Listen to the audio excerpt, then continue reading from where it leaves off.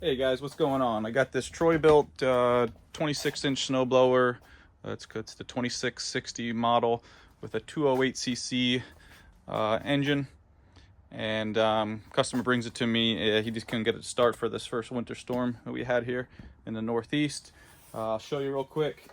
Got it primed, choke is on, there is fuel, full fuel. He said it's fresh fuel, keys in, throttle's all the way up. And I can't get it started. It does have good compression.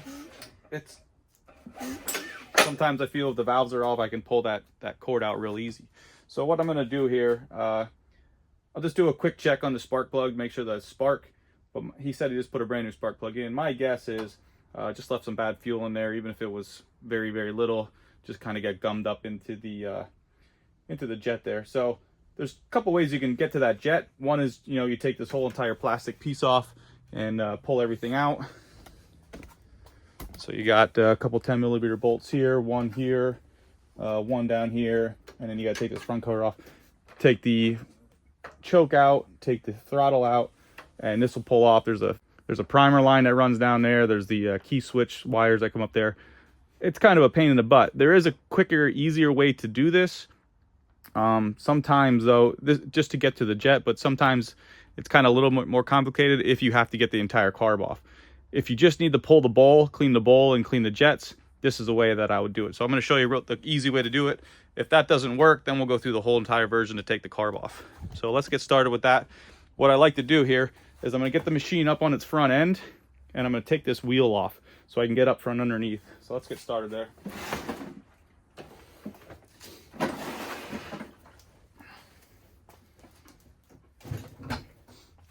Now this wheel is on with some Loctite. It's a 1/2-inch bolt. I'm going to use an impact to get it off. So it's a tough bolt to turn. And once it gets going, you can see that there's thread locker on there. We'll pull that wheel off. And now I can easily get to the carburetor bottom here. You can see it right here. You can just drain the fuel out of here if there's some gas in there. You think that might do it. But I can just tell there's some stale gas on here.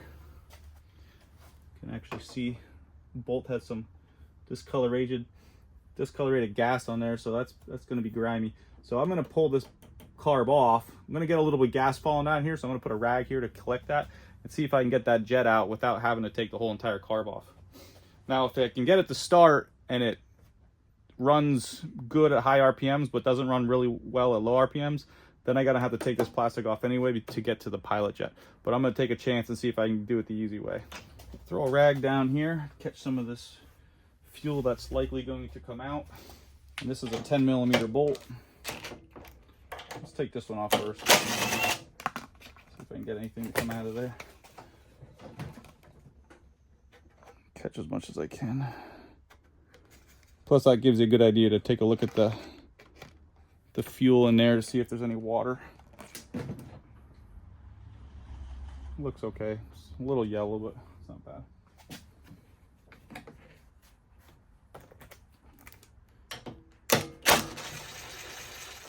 And now the bolt comes off. I'll take this off lightly. Doesn't look bad in there. Pretty good, just a little bit of grime at the bottom. So, not a bad looking carburetor at all. Just want to see what this jet looks like. So you're going to need a narrow flathead screwdriver. It's in there pretty good.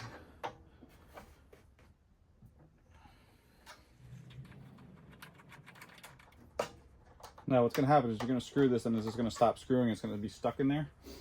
So one way you can try to get it out without flipping it on its bottom end, use a little bit of air, block off the holes. Just make sure you don't shoot the jet across the room. Got it to move a little bit, but not all the way. There it goes. And there's our jet, which, I don't know if you can see this, but I can't see any light coming through that jet at all. Maybe the tiniest bit, but not much. So let me clean this real quick. I like to use a torch tip set. It looks like this. If I can't get one of these through, I use a tiny micro drill bit. So we start at the one of the smaller ones. There we go. And it has like a little bit of like a filing compound on there. We can kind of clean it up pretty good. Let's go to the next one. Yeah, that's good. Now, I mean, that's an obvious reason that wouldn't start. Now we can see through. See the light coming through there? Yeah, it looks good. All right. So there's also an emulsion tube up here. Probably don't need to get that out if if it's like this case. I'm gonna get it out because I have it here right away. It's pretty easy. All right, so that was how I got it out. It didn't fall out when I tilted it back, so we just put a pick in, kind of turned it, pushed it on an angle and turn it. So what you're looking for here is hold this up to the light. There's these tiny little holes here. And you're going to want the big hole in the middle to see through, and it rarely gets clogged up unless you have a really bad gas in there. But then all these little holes on the side that you should be able to see through. There's 6 there and then 6 there. And this one, actually there's 5 on this side, 6 on that side. They look really good and the main hole looks good. So no problem with that. The thin end goes inside. Then the flat end's lower, and then the jet goes in behind it. There's also some little holes down here, but that should be nice and clear. It is. So let's just put the main jet back in. Let's put this in first, the emulsion tube. Now the brand new, or the nice and clean main jet.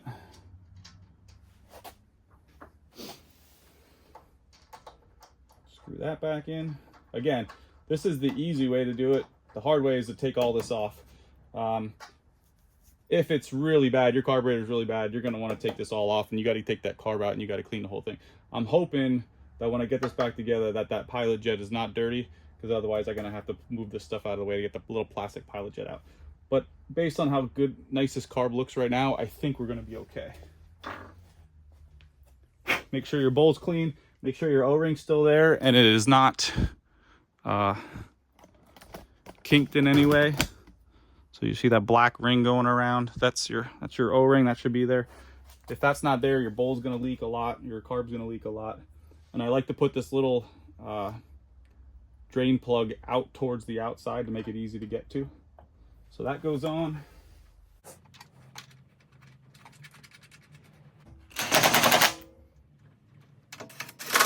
And then our wheel.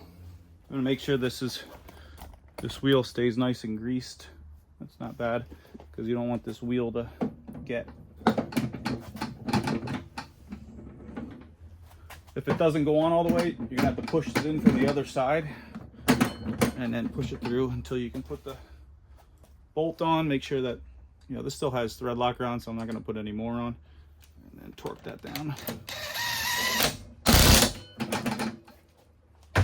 All right, let's step back, put it back on its end, and see if we can get this thing to start quick.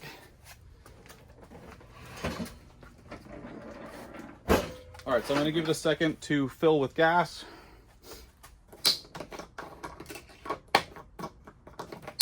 Make sure he has oil. Okay, good on oil.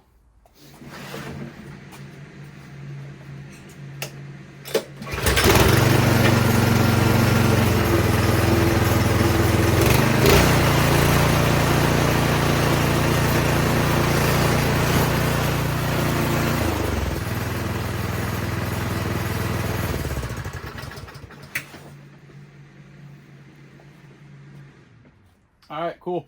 So that was it. Yeah, so that was the quickest way to clean the main jet on this snowblower.